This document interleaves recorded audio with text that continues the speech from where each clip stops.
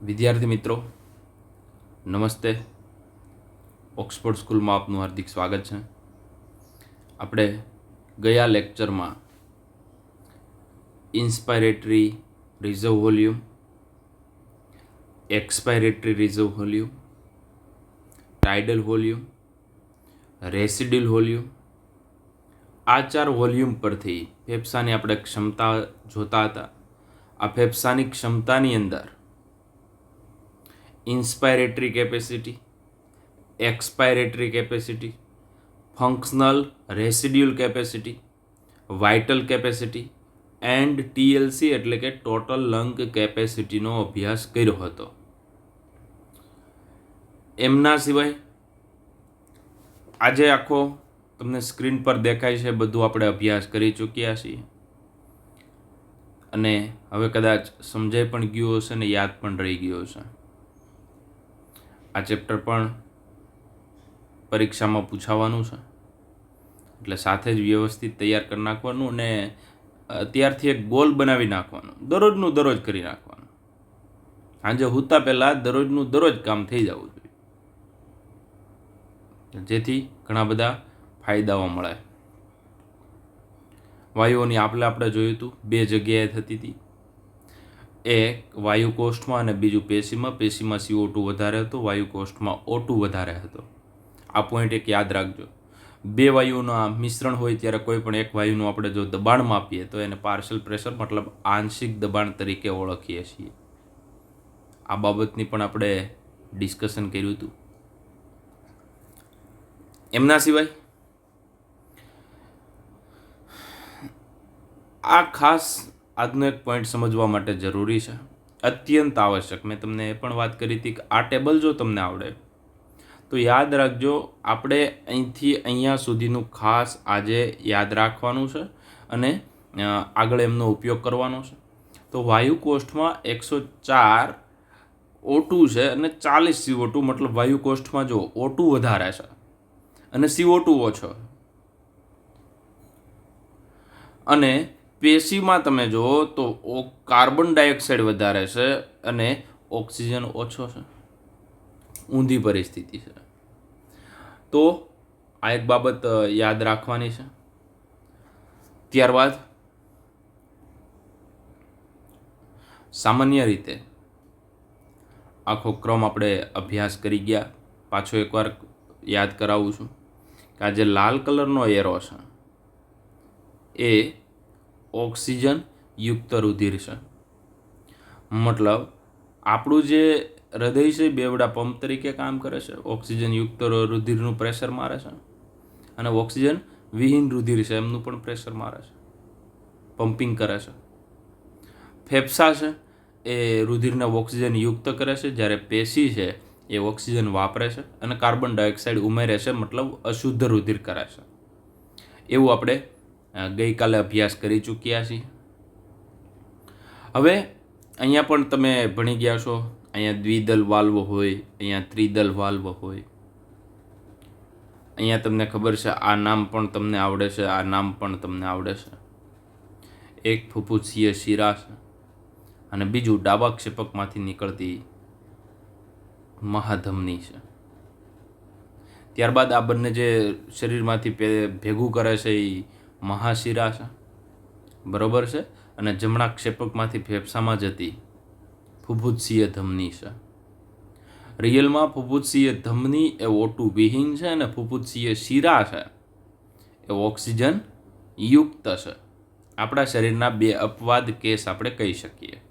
નહીતર ધમની હોય એ લાલ રંગની હોય છે. શા માટે લાલ રંગની હોય છે એનું આપણે ડિસ્કશન નેક્સ્ટ ચેપ્ટરમાં તો કરશું, પરંતુ આજે પણ થોડું ઘણું એમના વિશે અભ્યાસ કરશું. શા માટે લાલ રંગની હોય છે એમનું કારણ પણ આપણે મેળવશું. તો આ એક જો તમને આ પોઈન્ટ આવડે તો આના આધારે તમને 2 ચેપ્ટરમાં ફાયદો રહે. એક તો તમને શ્વસન તંત્રમાં આજે આકૃતિ, સિમ્પલ આકૃતિ હાવ કરી દીધી છે, અને આજે સિમ્પલ આકૃતિ છે એમના 2 ફાયદા છે. એક તો ચેપ્ટર નંબર આપણે જે અભ્યાસ કરીએ છીએ 17મું અને 18મું લગભગ 50% આકૃતિ ઉપર ડિપેન્ડ છે, મતલબ ડિટેલમાં આવે છે, પણ કન્સેપ્ટ આ છે.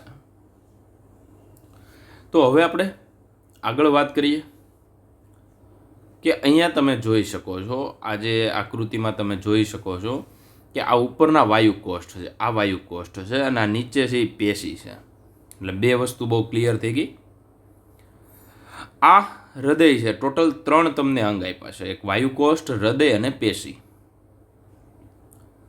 હવે તમે જોઈ શકો છો કે જ્યારે અહીંયા ખાસ ફુફુત્સીય ધમની છે, વાત કરીએ એમ અહીંયા ફુફુત્સીય શિરા છે, અહીંયા દૈહિક ધમની કયો અથવા તો મહાધમની, એમાંથી ધમની અને એમાંથી ધમનિકા.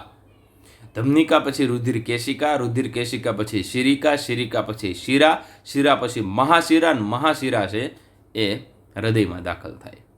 તો અહીંયાથી અહીંયા સુધીનો જે ક્રમ છે, તો અહીંથી જે આખો ક્રમ છે એ મેં તમને વાત કરીએ આવી રીતના ગોઠવાયેલો છે.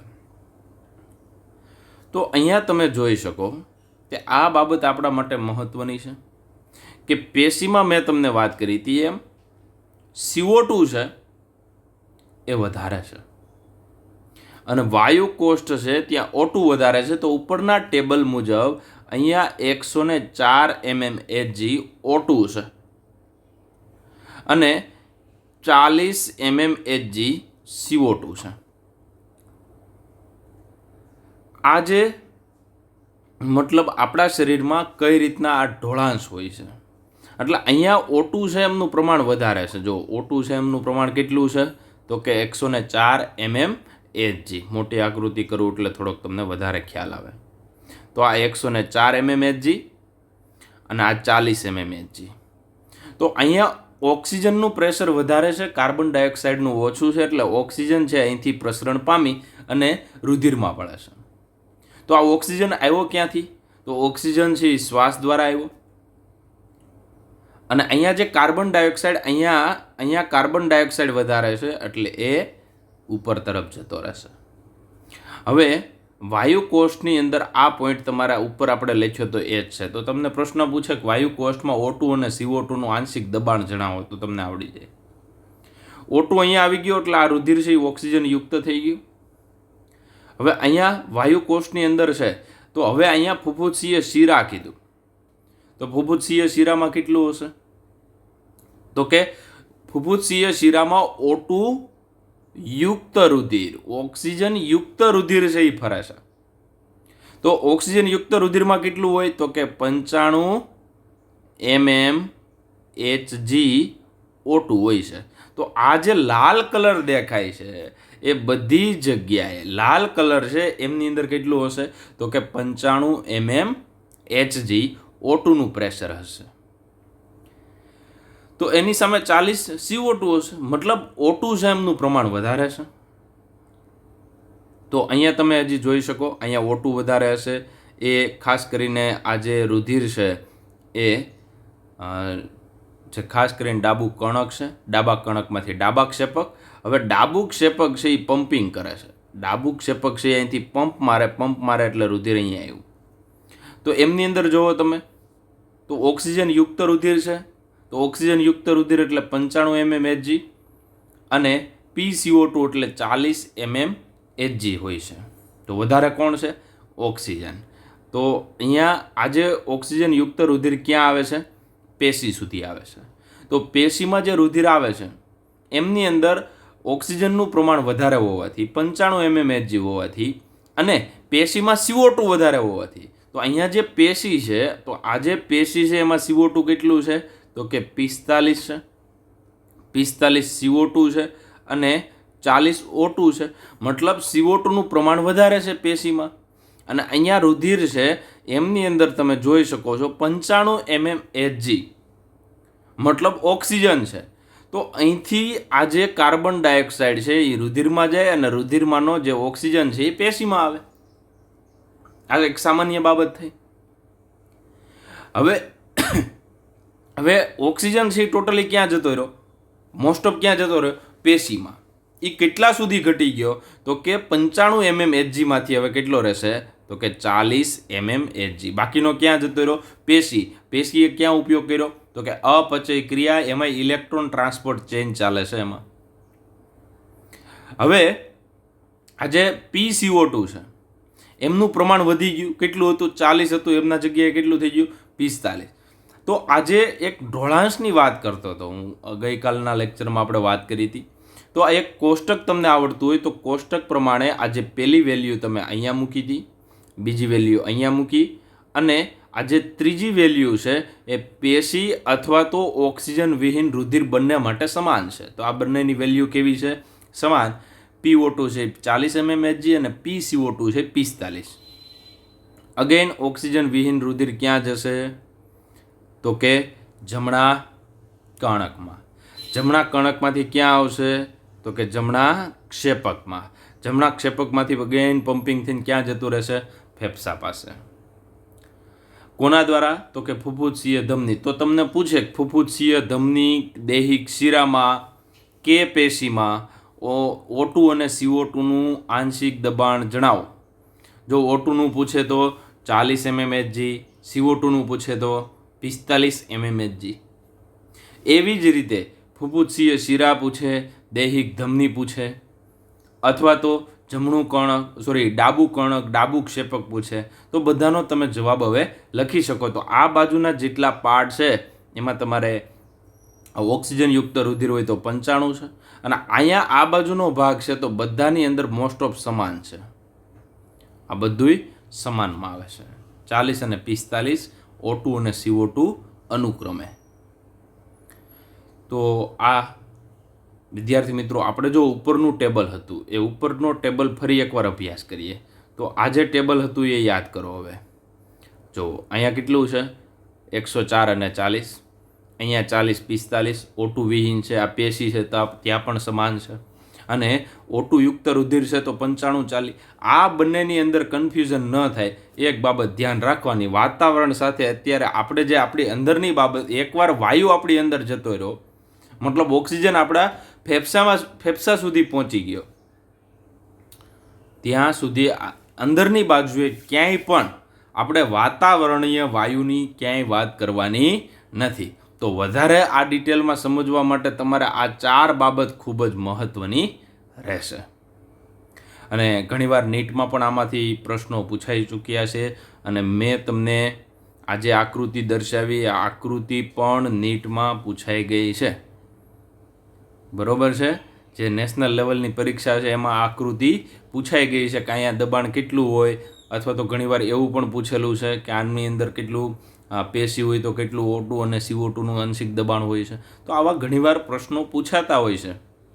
તો આકૃતિ વ્યવસ્થિત પહેલાં તૈયાર કરી નાખવાની. બરોબર છે? આકૃતિ દોરો ત્યારે ખાસ પહેલાં હૃદય દોરવાનું. હૃદય દોર્યા બાદ એમની અંદરથી આખી આ જે પાઇપ દેખાય એ પાઇપ દોરવાની, અને ત્યારબાદ પેશી અને વાયુકોષ દોરવાના. આવી રીતના દોરશો તો વ્યવસ્થિત સરળતાથી યાદ રહેશે. અને આ આકૃતિ છે બધાએ હોમવર્ક માટે મોઢે 2 વાર દોર નાખવાની છે, એટલે તમને સરળ રીતે સમજાઈ જાય અને આવડી પણ જાય. ત્યારબાદ કોષ્ટકમાં આપેલ માહિતી સ્પષ્ટ રૂપે વાયુકોષ્ઠથી રુધિર અને રુધિરથી પેશીઓમાં ઓક્સિજન માટેનો સાંદ્રતાનો ઢોળાંક છે. તો વાયુકોષ્ઠમાંથી વધારે હતો, મતલબ તમને ખબર છે ત્યાં O2ની સાંદ્રતા વધારે હતી, ત્યાંથી નીચે જે વાયુકોષ્ઠમાં ઓછી હતી. એમાં વાતાવરણમાં પાછો વધારે હતું, વાયુકોષ્ઠમાં ઓછું હતું. એવી જ રીતે રુધિરમાં વધારે ઓક્સિજન છે અને પેશીમાં ઓછો છે, તો આ એક ઢોળાંશ થયો. સમાન રીતે CO2 માટે વિરુદ્ધ દિશામાં ઢોળાંશ છે. પેશીઓમાં વધારે CO2 છે અને રુધિરમાં ઓછું હતું. ઓક્સિજન વિહીન રુધિર યાદ કરો. તો આજે કાર્બન ડાયોક્સાઇડ છે એ પેશીમાંથી રુધિર તરફ, અને ઓક્સિજન છે એ રુધિરમાંથી પેશીમાં વહન પામશે. આ ઢોળાંશની બાબત હતી. મતલબ ઢાળ વધુ સાંદ્રતાથી ઓછી સાંદ્રતા છે એમને આપણે ઢોળાંશ તરીકે ઓળખીએ છીએ. પણ એક વસ્તુ યાદ રાખજો કે આ જે CO2 છે એમની દ્રાવ્યતા વધારે છે. O2 કરતાં કેટલી છે? 20 થી 25 ગણી વધારે છે. તો પ્રસરણ સપાટીમાંથી પ્રતિ એકમ આંશિક દબાણથી પ્રસરણ થવાવાળી CO2ની માત્રા O2ની તુલનામાં ખૂબ વધારે હોય છે. એટલે પ્રસરણ વધારે કોનું થશે વિદ્યાર્થી મિત્રો? CO2નું થશે. તો હિમોગ્લોબિન છે એ O2 સાથે જોડાય, પરંતુ જો CO2 હોય તો CO2 વધારે હોય તો એમની સાથે જોડાઈ જાય. અને કદાચ માની લો કે કોઈ લાકડાનો ધુમાડો છે, બીજો કોઈ ધુમાડો હોય, તો એ ધુમાડાની અંદર જો કાર્બન મોનોક્સાઇડનું વિદ્યાર્થી મિત્રો જો પ્રમાણ વધારે હોય તો કાર્બન મોનોક્સાઇડ છે એ જોડાઈ જાય છે. કારણ કે હિમોગ્લોબિન અને કાર્બન મોનોક્સાઇડ એટલે CO, આ બંને વચ્ચે જે જોડાવાની ક્ષમતા છે એ મતલબ કાર્બન મોનોક્સાઇડની હિમોગ્લોબિન સાથે જોડાવાની ક્ષમતા છે એ 200 થી 300 ગણી વધારે છે આમના કરતાં પણ. તો આમના કરતાં જો 200 થી 300 ગણી વધારે હોય તો આવશ્યક રીતે આપણે સમજી શકીએ કે કઈ રીતે ઝડપથી જોડાઈ શકે. તો આ એક શોર્ટ ક્વેશ્ચન માટે MCQની વાત કરી. ત્યારબાદ આજે પ્રસરણ સપાટી એટલે આજે આકૃતિ તમને જે દેખાય છે એ આકૃતિ વાયુ કોષ્ઠની છે. એટલે એટલી આકૃતિ છે, અહીંયા આકૃતિ આ છે. તો આ વાયુ કોષ્ઠની આકૃતિ છે એ આપણે ડિટેલમાં અભ્યાસ કરવાની છે. તો એક વાયુ કોષ્ઠ, આવા તો આપણા શરીરમાં લાખોની સંખ્યામાં વાયુ કોષ્ઠ હોય છે. મેં તમને વાત કરી એમ કે વાયુ કોષ્ઠની અંદરની બધી સપાટી જોઈએ તો આપણી ફેફસાની સપાટી ટોટલ જોઈએ તો ટેનિસ કોર્ટ કરતાં પણ વધારે થાય. એ આપણે એક્સ્ટ્રા પોઈન્ટ તરીકે નીટની અંદર અભ્યાસ કરશું. પરંતુ આજે વાયુ કોષ્ઠ એક સેમની રચનાની વાત કરીએ તો એકની રચનામાં 3 સ્તર તમને દેખાય છે. હવે 3 સ્તર ક્યાં છે? તો કે 3 મુખ્ય સ્તરની બનેલી. તો અહીંનો આ એક સ્તર, આ તમને જે દેખાય છે આ વાયુ કોષની દિવાલ છે, આ જે દિવાલ છે એ એક સ્તર છે. એ કોનું બનેલું છે? તો કે લાદીસમ અધિચ્છદ. હવે પ્રશ્ન થાય, અધિચ્છદ એટલે સામાન્ય રીતે આપણા જે કોષો છે એ અધિચ્છદીય પેશીના બનેલા છે એટલે અધિચ્છદ કીધું છે. અને લાદીસમ, લાદી એટલે તો કે તમને ખબર છે ચપટું હોય છે, અથવા તો વાયુકોષનું પાતળા ચપટા કોષોની બનેલી દિવાલ છે. તો લાદી જેવા કોષો મતલબ ચપટા કોષો છે એ બરોબર છે, એમનું બનેલું છે તો આપણે એમને લાદીસમ અધિચ્છદ કીધું. ઘણીવાર કોષો છે એ સ્તંભાકાર હોય, મતલબ સાંકડા અને ઊંચા હોય. જે વ્યવસ્થિત રીતે તમારે અભ્યાસ કરવો હોય તો પ્રકરણ નંબર 6 અને એમાં તમે પ્રાણી પેશીનો અભ્યાસ કરશો તો પ્રકરણ નંબર 7 છે એમની અંદર પ્રાણી પેશીનો જો તમે અભ્યાસ કરશો તો પ્રકરણ નંબર 7ની અંદર પ્રાણી પેશીની આકૃતિઓ આપેલી છે, એમની અંદર તમને ચપટા કોષો દેખાશે. તો આ ચપટા કોષો છે ત્યાં પણ ઉલ્લેખ કરેલો છે. મતલબ યાદ રાખજો કે પ્રકરણ નંબર 7 છે એમની અંદર શરૂઆતના 2 કે 3 પેજ ઉપર લાદીસમ અધિચ્છદ આપેલું છે. લાદીસમ અધિચ્છદના ઉદાહરણની અંદર વાયુ કોષ્ઠની દિવાલ આપેલી છે. તો આ છે એ વાયુ કોષ્ઠને અહીંયા બ્લેક કલરનું દેખાડ્યું એ વાયુ કોષ્ઠની દિવાલ છે. અંદરનું વાયુ કોષ્ઠનું પોલાણ છે, ગુહા તરીકે આપણે ઓળખીએ છીએ. તો આ પહેલું સ્તર કોનું બનેલું છે? તો કે લાદીસમ અધિચ્છદનું વાયુ કોષ્ઠમાં. બીજું સ્તર તો કે વાયુ કોષ્ઠની કેશિકાનું અંતચ્છદ. અંતચ્છદ એટલે આજે આખી રુધિર કેશિકા છે, તમે જોઈ શકો છો. તો પહેલું સ્તર એટલે આપણે આ કીધું, બીજું સ્તર એટલે આ અંદરનું સ્તર, અને ત્રીજું છે એ બે વચ્ચેની આધારક દ્રવ્ય છે. તો આધારક દ્રવ્ય એટલે આ જે દ્રવ્ય એરો મારેલો છે એ, અથવા તો અહીંયા જે વચ્ચેનો ભાગ છે. તો આ જે વચ્ચેના ભાગને આપણે વ્યવસ્થિત દોરવું હોય તો કઈ રીતના દોરી શકીએ? આ જે 3 ભાગ થયા, આ ઉપરનું લેયર, આ વચ્ચેનો ભાગ અને આ ત્રીજું. તો આ ઉપરના ચપટા કોષો, આ ચપટા કોષો થયા.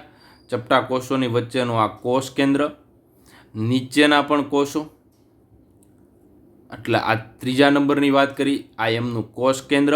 અને આ વચ્ચે રહેલું, અહીંયા જે વચ્ચે જે આધારક દ્રવ્ય, અહીંયા જે વચ્ચેનું જે દ્રવ્ય ભરેલું છે, જે દ્રવ્યને આપણે આધારક દ્રવ્ય તરીકે ઓળખીએ છીએ. તો ઉપરના લાદીસમ અધિચ્છદ, આ જે રુધિર કેશિકા છે એમનું અંતચ્છદ, અને બેયની વચ્ચે જે ભરેલું છે એમને આપણે, એટલે આ વચ્ચેનો જે એરિયા છે જેને આપણે આધારક તરીકે ઓળખીએ છીએ.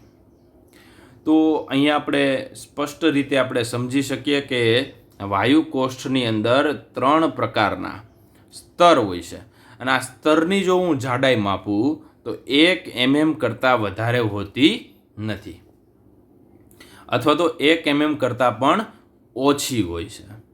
તો આ એક સ્તર, આ બીજું સ્તર અને વચ્ચેનું જે કાંઈ ભરેલું છે એ તેમની વચ્ચે રહેલું આધારક દ્રવ્ય.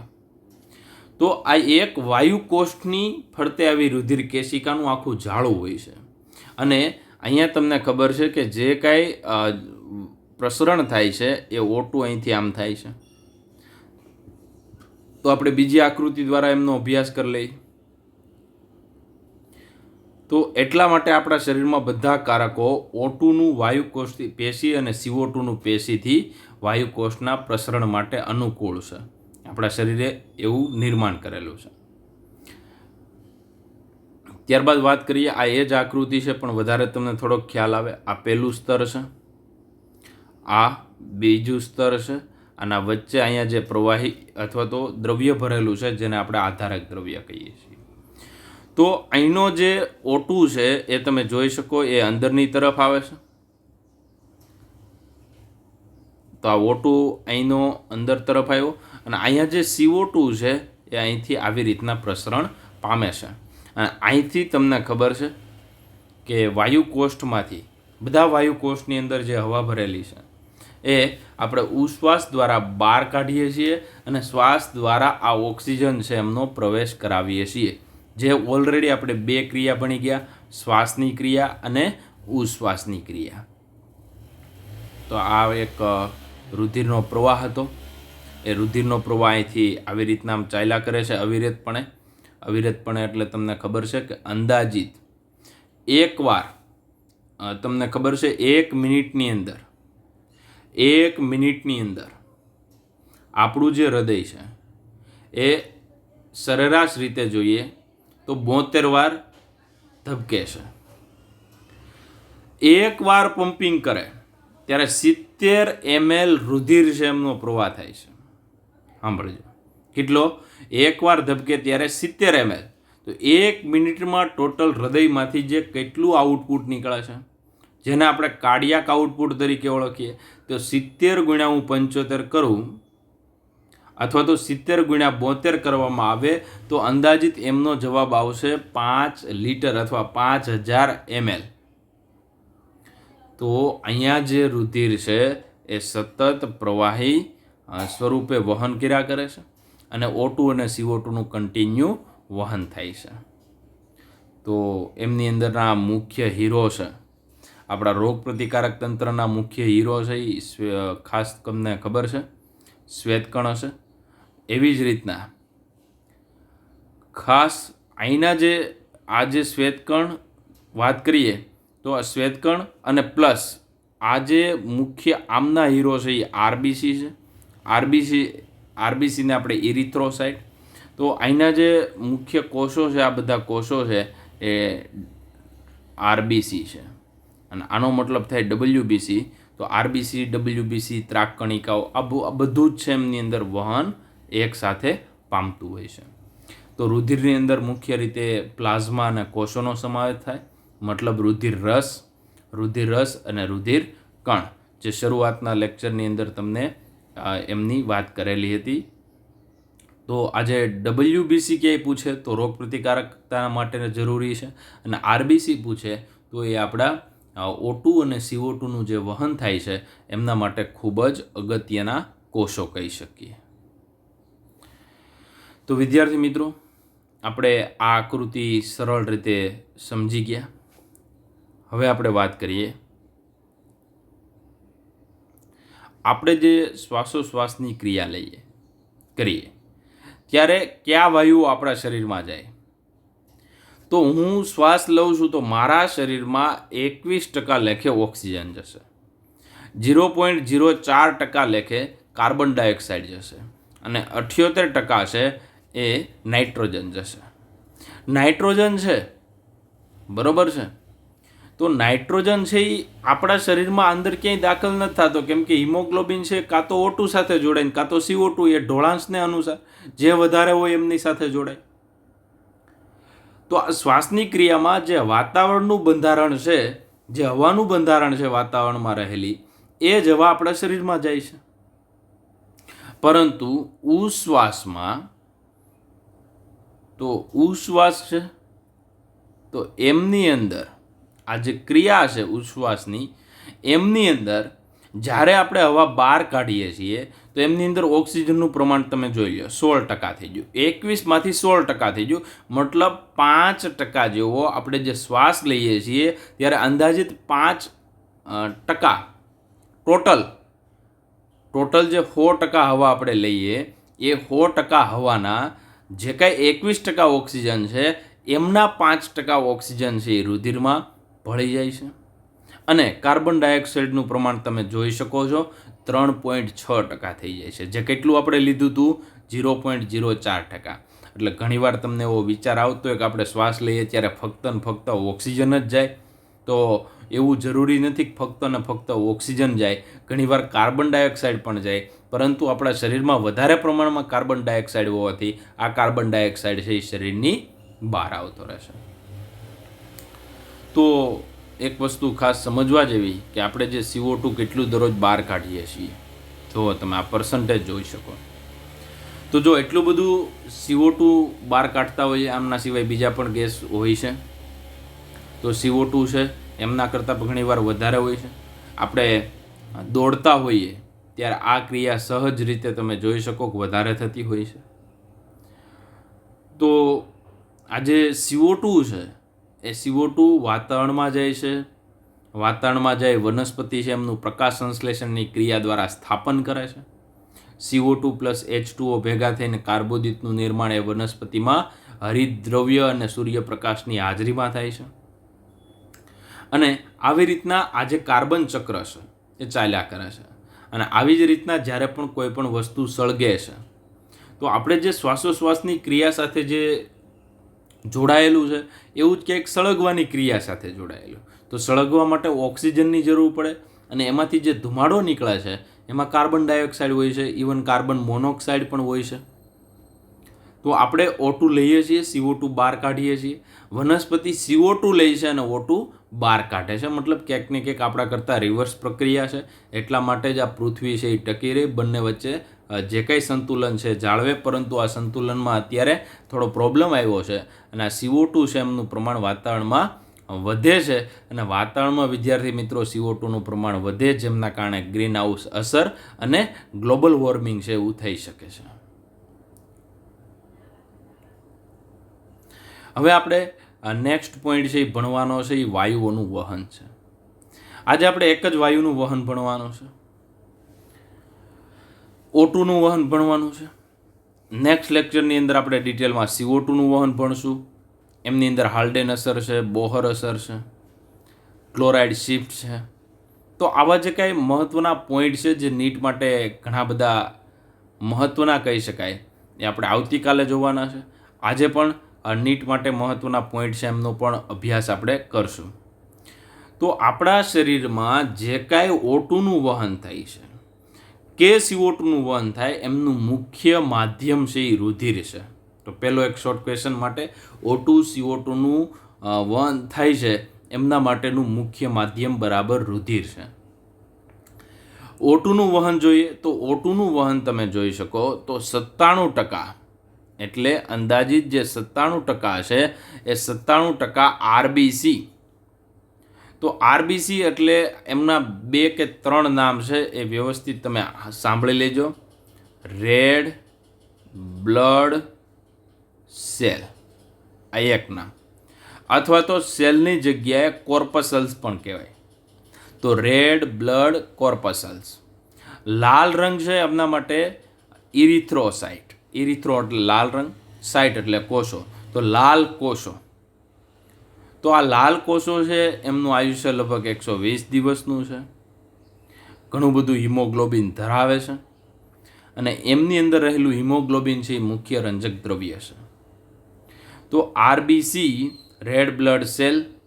તો આપણામાં જે RBC હોય છે એમની એક ખાસિયત છે કે આ O2ના વહન માટે, O2 વધારેમાં વધારે થઈ શકે એના માટે આપણા જે RBC છે એમની અંદર કોષ કેન્દ્ર હોતું નથી. ટૂંકમાં સસ્તનની એક લાક્ષણિકતા છે, જે કોઈ સસ્તન છે એમની અંદર જે આરબીસી હોય છે એમની અંદર કોષ કેન્દ્ર હોતું નથી.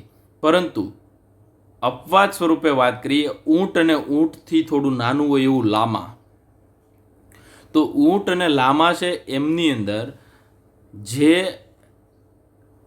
આરબીસી છે એમની અંદર કોષ કેન્દ્ર છે, મતલબ અપવાદ છે. બાકીના કોઈ સસ્તનમાં જોવા મળતું નથી. આ સસ્તનના બે અપવાદ.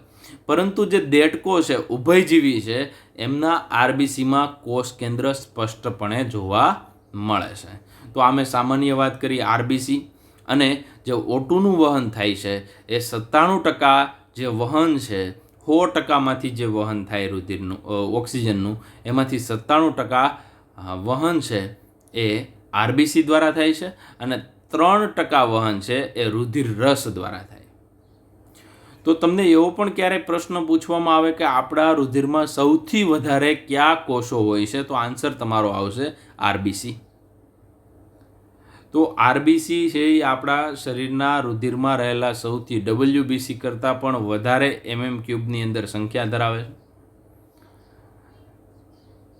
તો મતલબ એક કદ લીધું આપણે 0.1 ml જેટલું રુધિર લઈએ તો સૌથી વધારે કોષો ક્યાં હોય, તો આરબીસી હોય છે.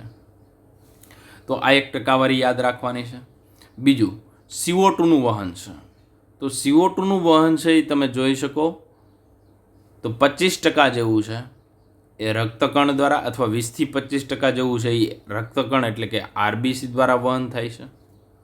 70% છે એ બાયકાર્બોનેટ. બાયકાર્બોનેટ એટલે શું, તો કે CO2 plus H2O gives H2CO3. તો આ પણ જે બાયકાર્બોનેટ સ્વરૂપે, આવા જે સ્વરૂપે જે વહન થાય છે એ છે. એમની આપણે ડિટેલમાં અભ્યાસ કરશું, વાત કરશું જ્યારે આપણે નેક્સ્ટ લેક્ચરની અંદર CO2નું વહન ભણશું, અભ્યાસ કરશું ત્યારે.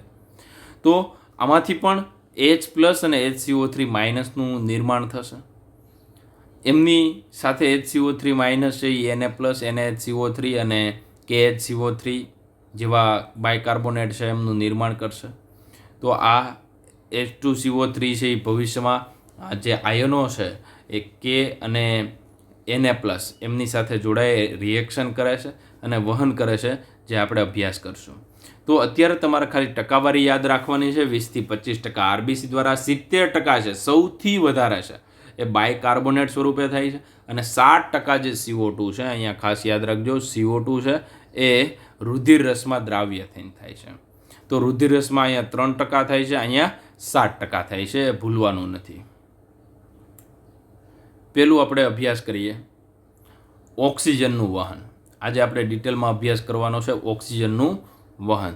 તો ઓક્સિજનનું જે વહન થાય છે, ઓક્સિજન છે એમના માટે વહન કરવા માટે હિમોગ્લોબિન જરૂરી. તો આ રેડ બ્લડ સેલ છે. દ્વિઅંતરગોળ એટલે કે તમે જુઓ તો ઉપરથી અને નીચેથી બે બાજુથી અંદરની બાજુ અંતરગોળ છે, એટલા માટે આરબીસી છે દ્વિઅંતરગોળ છે. અને આમની અંદર લાખોની સંખ્યામાં હિમોગ્લોબિનના અણુઓ આવેલા હોય છે. અને આ એક હિમોગ્લોબિન છે એમની અંદર 2 આલ્ફા શૃંખલા અને 2 બીટા શૃંખલા હોય છે. આ હિમોગ્લોબિનનું બંધારણ તમને સમજાવું છું, એ સમજજો વ્યવસ્થિત. તો હિમોગ્લોબિનના બંધારણમાં 2 આલ્ફા અને 2 બીટા ચેન હોય છે. તો 2 આલ્ફા ચેન, 2 બીટા ચેન. એમના સિવાય વ્યવસ્થિત તમે જુઓ તો અહીંયા તમને ખ્યાલ આવશે. આજે વ્યવસ્થિત તમે જોશો તો 1, 2, 3 અને 4, આ 4 હિમ સમૂહ છે. કેટલા હિમ સમૂહ કેટલા છે? 4 હિમ સમૂહ. એટલે 4 શૃંખલા, 2 આલ્ફા 2 બીટા, 4 હિમ સમૂહ. એક હિમ સમૂહની સાથે એક ઓક્સિજન જોડાય એટલે મહત્તમ 4 ઓક્સિજનના અણુ છે એ જોડાઈ શકે. તો અહીંયા તમે જોઈ શકો એમના સેન્ટર છે. આવું જ બંધારણ ક્લોરોફિલનું હોય, પણ સેન્ટરની અંદર Mg હોય, અને હિમોગ્લોબિન છે તો એમના સેન્ટરની અંદર Fe હોય. તો રુધિરની અંદર ટકાવારી જો લોહીની ઘટતી હોય તો Fe છે એ ખૂબ જ મહત્વનું છે, જે આપણને ફોલિક એસિડમાંથી મળે છે, એ પણ યાદ રાખજો. તો 2 આલ્ફા ચેન, 2 બીટા ચેન, એ પણ જોયું. હિમ સમૂહ પણ આપણે જોયો, અને આવી રીતના 4 હિમ સમૂહ છે. હજી આપણે આગળ વાત કરીએ તો હિમોગ્લોબિન સાથે કેટલા ઓક્સિજન જોડાઈ શકે? તો હિમોગ્લોબિન સાથે ઓક્સિજન જોડાય અને ઓક્સી હિમોગ્લોબિન, તો આનું નામ છે ઓક્સી હિમોગ્લોબિન. તો આ જે ઓક્સી હિમોગ્લોબિન બનાવે છે, હિમોગ્લોબિનના અણુ છે એ વધુમાં વધુ 4 ઓક્સિજનના અણુનું વહન કરે છે. તો અહીંયા તમે જોઈ શકો, આ ઇરિથ્રોસાઇટ છે આખો, એમની અંદર આ હિમોગ્લોબિન છે. એક હિમોગ્લોબિન છે એમની સાથે ઓક્સિજન જોડાય એટલે ઓક્સી હિમોગ્લોબિન છે એમનું નિર્માણ કરે છે. તો આ ઓક્સી હિમોગ્લોબિન થયું. અને ઓક્સી હિમોગ્લોબિનના કારણે જે ધમની છે એ ચળકતી લાલ રંગની દેખાય છે. હવે સમજાણું આખું શા માટે ચળકતા લાલ રંગની દેખાય છે? તો બ્રાઇટ રેડ કલર ધમનીનો છે એ શા માટે છે? કેમ કે એમની અંદરના જે આરબીસી છે, આરબીસીની અંદરનું હિમોગ્લોબિન છે, અને હિમોગ્લોબિન એટલે રુધિરમાં આરબીસી, આરબીસીમાં હિમોગ્લોબિન, હિમોગ્લોબિનના હિમ સમૂહની સાથે ઓક્સિજન જોડાય. 4 હિમ સમૂહ છે એટલે 4 ઓક્સિજનના O2ના અણુ છે એમની સાથે જોડાઈ શકે છે. અને હિમોગ્લોબિન સાથે ઓક્સિજન જોડાય એટલે Hb+O2, એમાંથી HbO2 બનાવે છે. અને આ HbO2 છે જેમના કારણે ધમની છે એમનો રંગ છે એ ચળકતા લાલ રંગનો કહી શકીએ. આ એક વસ્તુ થઈ. તો આપેલા 2 પોઈન્ટ આપણે સરળતાથી અભ્યાસ કર્યા. હવે યાદ રાખજો કે પહેલાં આપણે જે આગળ 2 વસ્તુનો અભ્યાસ કર્યા હતી પાછી અહીંયા વાત કરવાની છે કે વાયુ કોષ્ઠ છે, તો વાયુ કોષ્ઠની અંદર ઓક્સિજનનું પ્રમાણ વધારે છે અને પેશી છે તો ઓક્સિજનનું પ્રમાણ ઓછું છે. આ પોઈન્ટ એક મગજમાં દાખલ કરી જ દેવાનો. ઓક્સિજનનું હિમોગ્લોબિન સાથે જોડાણ છે, તો વાયુ કોષ્ઠમાં હિમોગ્લોબિન છે એ ઓક્સિજન હારે શા માટે જોડાય છે? પેશીમાં શા માટે ઓક્સિજન છે એને મુક્ત કરી દે છે? તો એના માટેની આખી ક્રિયાવિધિ છે એ આપણે સમજવાની છે.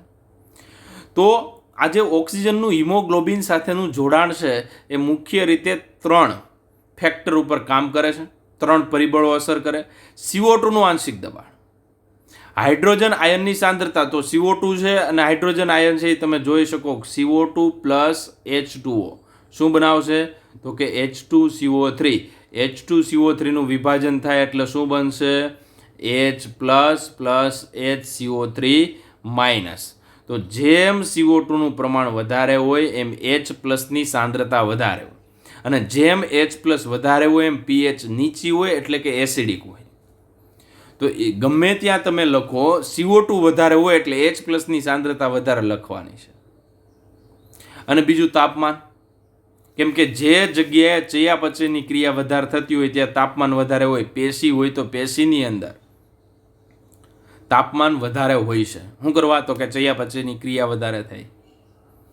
તો કે આ જે 3 પરિબળો છે, આ 3 પરિબળોની વાત કરું તો આ CO2નું આંશિક દબાણ, હાઇડ્રોજન આયનની સાંદ્રતા અને તાપમાન, આ 3 પરિબળો એવા છે કે જે મુખ્ય રીતે O2 અને હિમોગ્લોબિનનું જોડાણ અને O2 અને હિમોગ્લોબિનનું છૂટું પડવું આ બંને ઉપર આ 3 પરિબળ ઉપર ડિપેન્ડ કરે છે. તો હિમોગ્લોબિન છે એમની સંતૃપ્ત ટકાવારી, મતલબ આપણા શરીરમાં હિમોગ્લોબિન ઓક્સિજન સાથે જોડાયેલો છે. હિમોગ્લોબિન છે એ 4 ઓક્સિજન સાથે જોડાયેલો હોય તો સંતૃપ્ત હિમોગ્લોબિન કહી શકીએ. તો હિમોગ્લોબિનની સાથે O2 કેટલો જોડાયેલી છે એમની સંતૃપ્તતાની ટકાવારી, અને ઓક્સિજનની સાંદ્રતા છે એમનો જો હું વક્ર દોરું તો એ વક્ર છે એ એમને આપણે ડિસોસિએશન કર્વ તરીકે, અથવા હિમોગ્લોબિન અને ઓક્સિજન છૂટા પડે છે, કઈ સાંદ્રતાએ છૂટા પડે છે એ જે એમનો વક્ર બનાવું તો એ વક્રને આપણે ઓક્સિજન વિયોજન વક્ર તરીકે, ડિસોસિએશન કર્વ તરીકે, જેમનો આકાર છે એ એસ આકાર મળે છે એટલા માટે આપણે એને સિગ્મોઇડ કર્વ કહીએ છીએ. તો આપણે 2 પોઈન્ટ આપણે અંદર યાદ રાખવાના કે વાયુ કોષ્ઠમાં કઈ પરિસ્થિતિ છે જેના કારણે હિમોગ્લોબિન છે એ HbO2નું નિર્માણ કરે. તો વાયુ કોષ્ઠમાં ઊંચું PO2 છે અને નીચું PCO2 છે. મતલબ ઓક્સિજન વધારે છે, કાર્બન ડાયોક્સાઇડ ઓછું છે. તો ઓક્સિજન વધારે હોવાના કારણે વિદ્યાર્થી મિત્રો હિમોગ્લોબિન છે એ ઓક્સિજન સાથે જોડાય છે. પ્લસ જો અહીંયા તમે જોઈ શકો CO2 ઓછું છે એટલે H+ની સાંદ્રતા પણ ઓછી છે અને ઉપર તાપમાન પણ કેવું છે, ઓછું છે. એટલા માટે હિમોગ્લોબિન અને O2 છે એમનું જોડાણ શક્ય છે. તો અહીંયા 3 પરિબળ છે મુખ્ય રીતે એમને પ્રભાવિત કરે. આનાથી ઊંધી પરિસ્થિતિ પેશીમાં જોવા મળે. તો પેશીમાં ઊંધી પરિસ્થિતિ કઈ જોવા મળે? તો પેશીમાં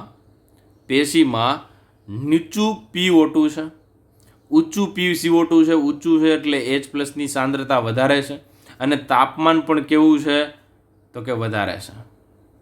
જેમના કારણે પેશીમાં હિમોગ્લોબિન છે એ છૂટો પડે એટલે HbO2 છે એ છૂટું પડે, Hb+O2માં રૂપાંતરિત થઈ જાય અને આ O2 છે પેશીમાં ઉપયોગ કરી લે. પાછું આ હિમોગ્લોબિન છે એ CO2 સાથે જોડાઈ જશે, બરોબર છે, અને કાર્બોમિનો હિમોગ્લોબિન બનાવશે, જે આપણે નેક્સ્ટ લેક્ચરમાં વાત કરશું. પરંતુ અત્યારે વાયુ કોષની અંદર હિમોગ્લોબિન સાથે ઓક્સિજન કઈ રીતે જોડાય છે એની આપણે બાબતની વાત કરીએ. એવી જ રીતે વિદ્યાર્થી મિત્રો આજે કઈ રીતના છૂટો પડે છે પેશીમાં? તો પેશીમાં છૂટો પડે એની અંદર માટે 3 જવાબદાર કારણો કીધો. કેમ કે પેશીમાં ઓક્સિજન વધારે છે, H+ વધારે છે, pH છે એ થોડીક નીચી કહી શકીએ, એસિડિક કહીએ, અને તાપમાન વધારે છે એટલે HbO2 છે એ છૂટું પડી જાય છે. તો આવી રીતના આપણે સામાન્ય દેહધાર્મિક પરિસ્થિતિમાં 100 ml ઓક્સિજનયુક્ત રુધિર છે, 100 ml રુધિર એ 5 ml O2 છે એમનો વહન કરે છે. તો આ એક બાબત યાદ રાખવાની કે 100 ml O2 હોય ત્યારે. તો આ વક્ર વાત કરી હતી કે વક્ર કયો છે? તો કે ઓક્સિજનનું આંશિક દબાણ અને ઓક્સિજનની હિમોગ્લોબિન સાથેની ટકાવારી. આ એક્સ એક્સિસ ઉપર આપણે ઓક્સિજન સાથે હિમોગ્લોબિનના સંતૃપ્તતાની ટકાવારી લીધી અને અહીંયા આપણે ઓક્સિજનનું આંશિક દબાણ લીધું એટલે કે PO2 લીધું. એમના વચ્ચેનો ગ્રાફ દોરું તો આ જે ગ્રાફ છે એ S આકારનો મળે છે. અહીંથી જુઓ તો આ S આકાર છે, તો અહીંથી આમ જુઓ તો S આકાર હોવાના કારણે આ વક્ર છે ને આપણે સિગ્મોઇડ વક્ર કહીએ છીએ. સિગ્મોઇડ એટલે કે S શેપ. ત્યારબાદ આપણે થોડીક આની ડિટેલમાં વાત કરીએ. તો સામાન્ય પરિસ્થિતિમાં જે બ્લેક લાઇન તમને દેખાય છે, આ જે બ્લેક લાઇન વચ્ચેની છે એ બ્લેક લાઇન છે એ વિદ્યાર્થી મિત્રો ખાસ યાદ રાખજો કે આ બ્લેક લાઇન છે એ સામાન્ય પરિસ્થિતિ છે દર્શાવે છે. તો અહીંયા ટકાવારી સંતૃપ્તતાની ટકાવારી છે. તો આ સંતૃપ્તતાની ટકાવારી આપણે 50% જોવાની હોય છે. હવે જ્યારે તમે જુઓ કે આ વક્ર ઘણીવાર ડાબી બાજુ પણ ખસેલો હોય અને ઘણીવાર જમણી બાજુ પણ ખસેલો હોય છે. તો આ જમણી બાજુ અને આ ડાબી બાજુ ખસેલો હોય. ડાબી બાજુ ક્યારે ખસેલો હોય છે? જ્યારે આપણા શરીરમાં ઓક્સિજન છે એમનું પ્રમાણ વધારે હોય, કાર્બન ડાયોક્સાઇડનું પ્રમાણ ઓછું હોય, pH છે કાર્બન ડાયોક્સાઇડ ઓછું અને વધારે pH અને તાપમાન છે એ ઓછું છે. મતલબ તો આવી પરિસ્થિતિમાં ઘણીવાર વક્ર છે એ ડાબી બાજુ ખસેલો હોય અને આવી જે પરિસ્થિતિ છે કે ઓક્સિજન ઓછો હોય, વધારે CO2 હોય, બરોબર છે, pH છે એ ઓછી હોય. pH ઓછી છે એમનો મતલબ થાય છે H+ છે એ વધારે છે અને H+ વધારે હોય ત્યારે જ pH ઓછી હોય છે, એ પાછું ભૂલતા નહીં, અને વધારે તાપમાન. તો આવા પરિબળો હોય છે ત્યારે સામાન્ય કરતાં આ જે ગ્રાફ છે એ જમણી બાજુ ખસેલો હોય. તો ઘણીવાર આવા પ્રશ્નો પણ પૂછે છે કે ગ્રાફ ક્યારે જમણી બાજુ ખસેલો હોય ને ક્યારે ડાબી બાજુ ખસેલો હોય છે. તો એના ઉપરથી તમે યાદ રાખી શકો છો. કેમ કે આવી પરિસ્થિતિમાં આપણા શરીરમાં જે હિમોગ્લોબિન જે સંતૃપ્ત થયેલું છે ઓક્સિજન અથવા તો ઓક્સિજન છે એ હિમોગ્લોબિન સાથે જોડાયેલો છે એ છૂટો કઈ રીતના પડે છે એના માટે આપણે આ પોઈન્ટ છે એ નેક્સ્ટ લેક્ચરમાં ડિટેલમાં આપણે સમજશું. તો વિદ્યાર્થી મિત્રો આજે આપણે ખાસ યાદ રાખજો કે O2 છે એમનું વહન થોડું આપણે ડિટેલમાં અભ્યાસ કર્યા. તો આજે O2નું વહન છે એમને સ્ટેપ બાય સ્ટેપ યાદ રાખજો, જેની અંદર આ 3 પરિબળ છે, CO2ની સાંદ્રતા, H+ની સાંદ્રતા અને તાપમાન.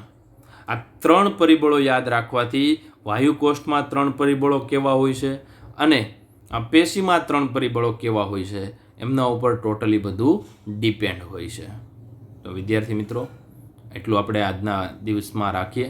તો શા માટે જમણી બાજુ ખસે, શા માટે ડાબી બાજુ ખસે છે, જેનું આપણે વિગતવાર પહેલાં આવતીકાલે અભ્યાસ કરશું અને ત્યારબાદ આપણે CO2 છે એમનું વહન છે એમનો અભ્યાસ કરશું. ત્યારબાદ આપણે જે કાંઈ નીટના પોઈન્ટ છે એમનો પણ આપણે અભ્યાસ કરીશું. Thank you.